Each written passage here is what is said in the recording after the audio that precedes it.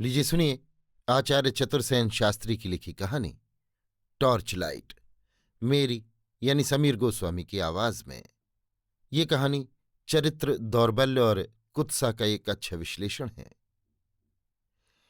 दुर्भाग्य एक अपरिसीम और अपर्याप्त वस्तु है। वो मनुष्य के जीवन का बही खाता है।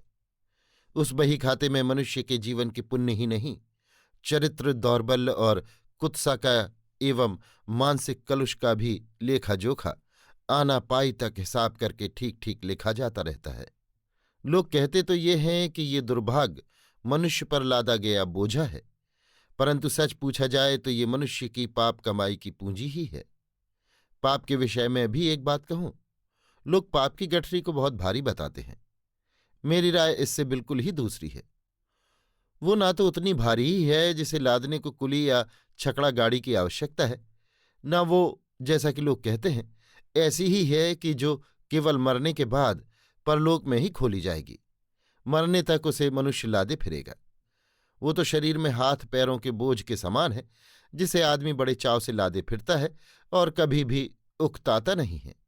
वो चाहे जब उसकी एक चुटकी का स्वाद ले लेता है और उसके तीखे और कड़वे स्वाद पर उसी तरह लट्टू है जैसे वो अन्य नशे पानी की चीजों के कुस्वाद पर।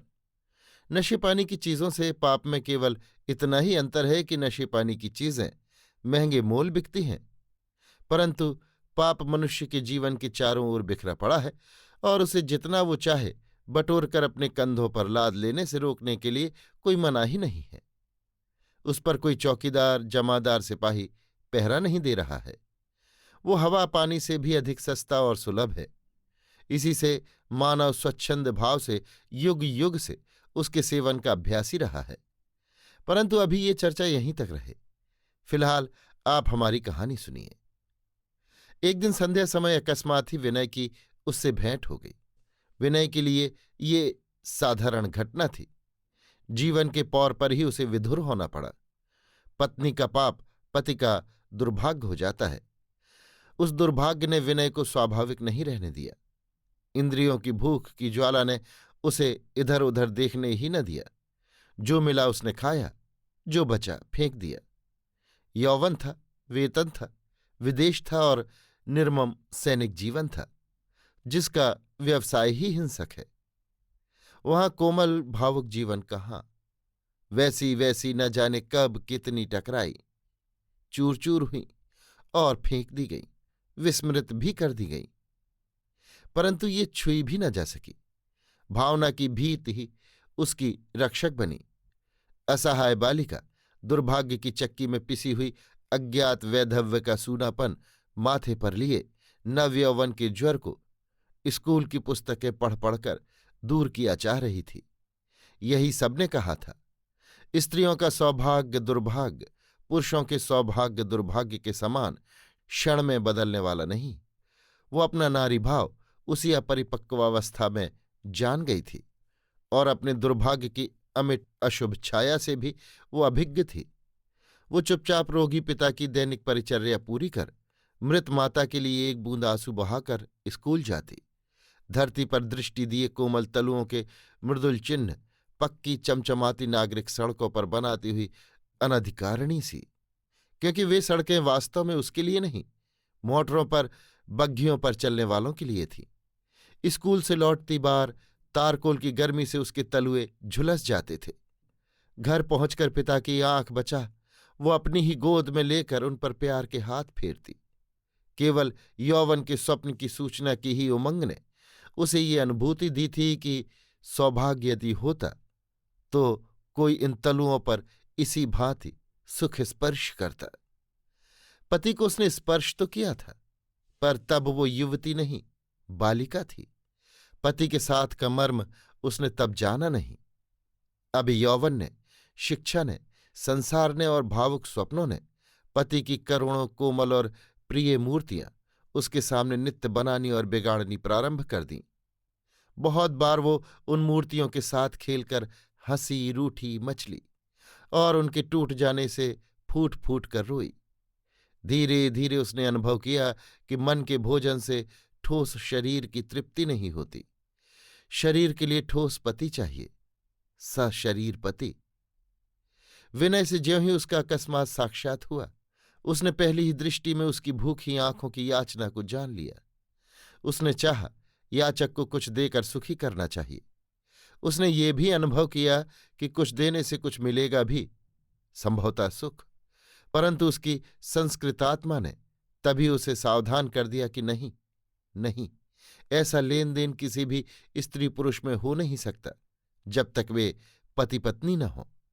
उसकी भीरुता, शील और संस्कार सब मिलकर उसकी प्रवृत्ति का विरोध कर उठे। उधर विनय की याचना सीमा लांघ गई। वो अपने संपूर्ण पौरुष को अनादृत करके निरीह भिखारी भांति दीन वचनों पर उतर आया। कहिए, वो सरल तरल कोमल बालिका अब क्या करे? देने ही के लिए जिस संपदा का भार लिए वो फिर रही है, उसे याचक सामने पाकर कैसे न दे?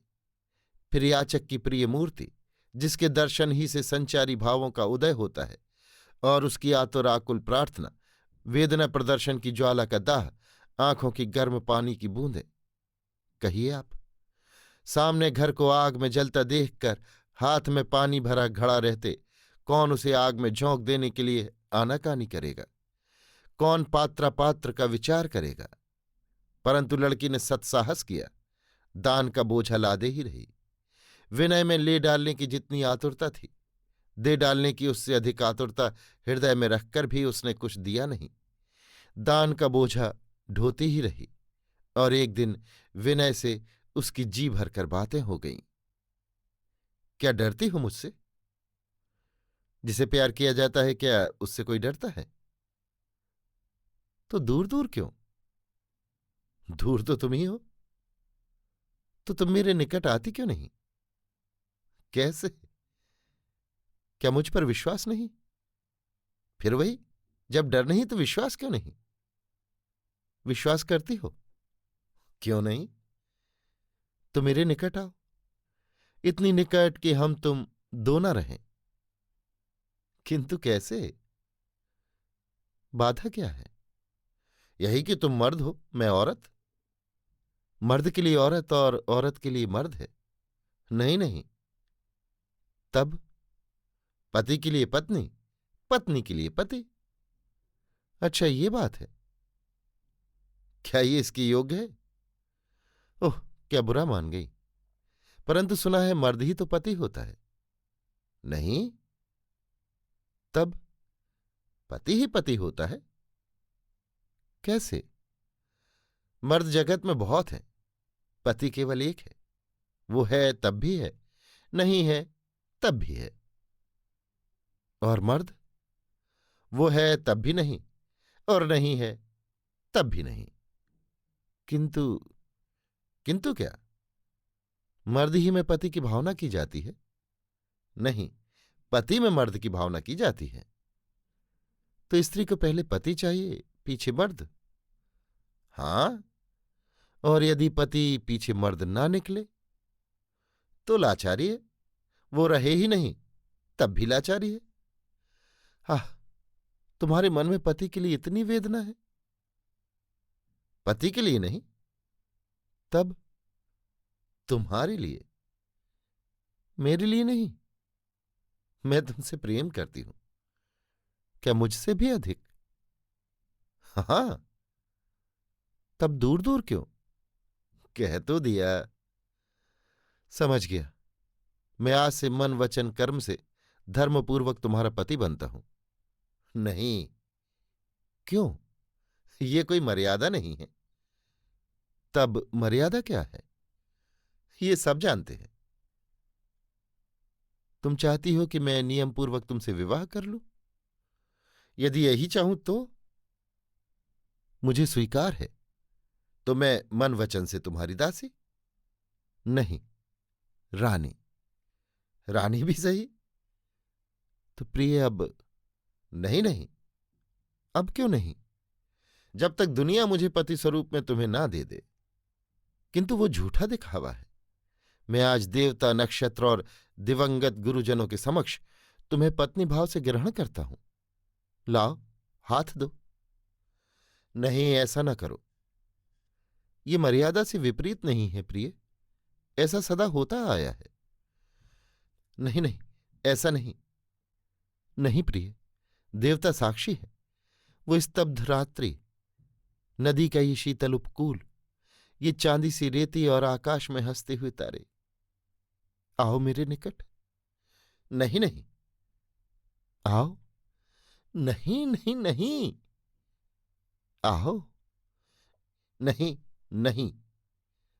आओ। नहीं। आओ। आओ। नहीं। आओ। आओ।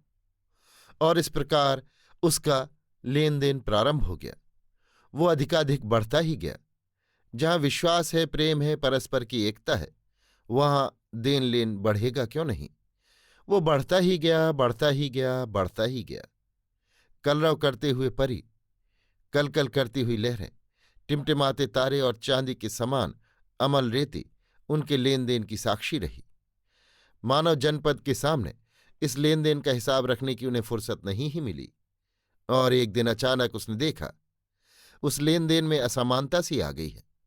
उसे एक दिन अचानक ऐसा प्रतीत हुआ कि उसने जो ये समझती रही थी कि वो देती ही आ रही है, जो लिया है उसका भार कुछ बढ़ रहा है।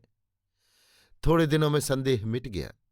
उसने जो दिया था वो सब बट्टे खाते गया, और उसने जो लिया उसके भार से वो एक दिन अधमरी हो गई। उसने डरते डरते विनय से कहा, ये बोझ बढ़ता ही जा रहा है। ये तुम्हारा प्रेमोपहार है, इसे सबसे कह दो, कोई ये न समझे कि चोरी की है। विनय ने सिगरेट के धुएं का बादल बनाते हुए कहा, चिंता न करो, चुटकी बजाते इस बोझ को कहीं कूड़े के ढेर में फेंक दिया जाएगा। पर बोझा उसे ढोना पड़ा, कूड़े के ढेर में नहीं फेंका गया। वो उसे ढोते ढोते थक गई, पीली पड़ गई, कमजोर हो गई। किसी की उस पर नजर न पड़े, इसके लिए उसने बड़े बड़े झूठ, जाल, असत्य और न जाने क्या क्या किए। वो अब विनय के जितने पास आना चाहती, वो दूर हटता। जब बोझे की बात चलती, कहता, फिक्र ना करो। वो झुंझला भी उठता, खीज भी उठता, डांट भी देता। उसे रोना पड़ा, पहले छिपकर, सिसक सिसक कर, दहाड़ मारकर, पछाड़ खाकर, धरती पर सिर पटक कर। परंतु कुछ हुआ नहीं। एक दिन स्कूल से आकर उसने देखा, घर में अंधकार है, सन्नाटा है, दिया जला नहीं है। पिता को उसने पुकारा पर जवाब नहीं मिला। दिया जलाकर देखा और उसका सारा रक्त पानी हो गया। उसने देखा, बूढ़े पिता ने अपनी महायात्रा उसकी गैरहाजिरी ही में कर ली है। उसका मृत शरीर पड़ा है। उसने कठिनता से अपने को मूर्छित होने से रोका। वो आंखें फाड़ फाड़ कर मृत पिता के विकृत मुख को देखने लगी। उनकी अध खुली निस्पंद आंखें देख वो उस सूने अंधेरे घर में भय से चीख उठी। परंतु ये सब निरर्थक ही था। जीवन एक कठोर सत्य है, वो भीत, भावुकता और करुणा के वशीभूत नहीं होता। उसने आंसू पोंछे, एक गहरी सांस ली। उसने टॉर्च लाइट हाथ में ली और वो विनय के घर की ओर चली। सड़क, गली और रास्ते उसने पार किए। आते जाते जनों के उसे धक्के खाने पड़े, पर वो अंधेरी अशुभ गलियों में हाथ के टॉर्च की लाइट फेंकती हुई आगे बढ़ती गई। गली के किनारे पर ही से देखा, सामने बिजली की रोशनी और गैस के हंडों से गली जगमगा रही है, बैंड बज रहा है। बहुत से स्त्री पुरुष बढ़िया वस्त्र पहने एकत्र हैं। चांदी के वर्क लगे पान बांटे जा रहे हैं। गुलाब जल छिड़का जा रहा है। वो आगे बढ़ी। घोड़े पर दूल्हा था। उसने टॉर्च की लाइट दूल्हे पर फेंकी। वो विनय था। क्षण भर को उसका सिर घूम गया, परंतु अकस्मात ही उसकी वेदना और विस्मृतियां मुस्करा उठीं। एक मुस्कान की झलक उसके होठों पर आई। विनय ने देखा, धीरे से झुककर एक साथी मित्र से कहा, ये इस वक्त यहां क्यों? मित्र ने पूछकर बताया। वो कहती है, पिता मर गए, उनकी अकेली लाश घर पर पड़ी है। विनय ने क्षण भर सोचा और मित्र के कान में एक बात कही। मित्र उसे एक और अंधेरे में ले गया। एक कागज का टुकड़ा उसकी मुट्ठी में पकड़ा दिया और भर्त्सना के स्वर में कहा, इस मौके पर तुम्हारा यहां रहना आज ठीक नहीं था। इसे लो और अपना काम करो। मित्र तेजी से फिर भीड़ में मिल गए। उसने टॉर्च लाइट से देखा, उसकी मुट्ठी में 100 रुपये का नोट था। कह नहीं सकते उसने उसे अस्पृश्य समझकर फेंक दिया या वो उसके बोझ को न संभाल सकी। वो नोट वहीं उसकी मुट्ठी से गिर गया। उसने हाथ के टॉर्च को नीचे झुका दिया, रोशन नहीं किया।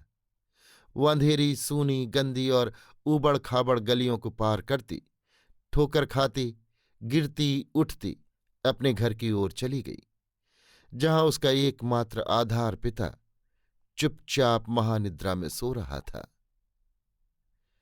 अभी आप सुन रहे थे आचार्य चतुर्सेन शास्त्री की लिखी कहानी टॉर्च लाइट, मेरी यानी समीर गोस्वामी की आवाज में।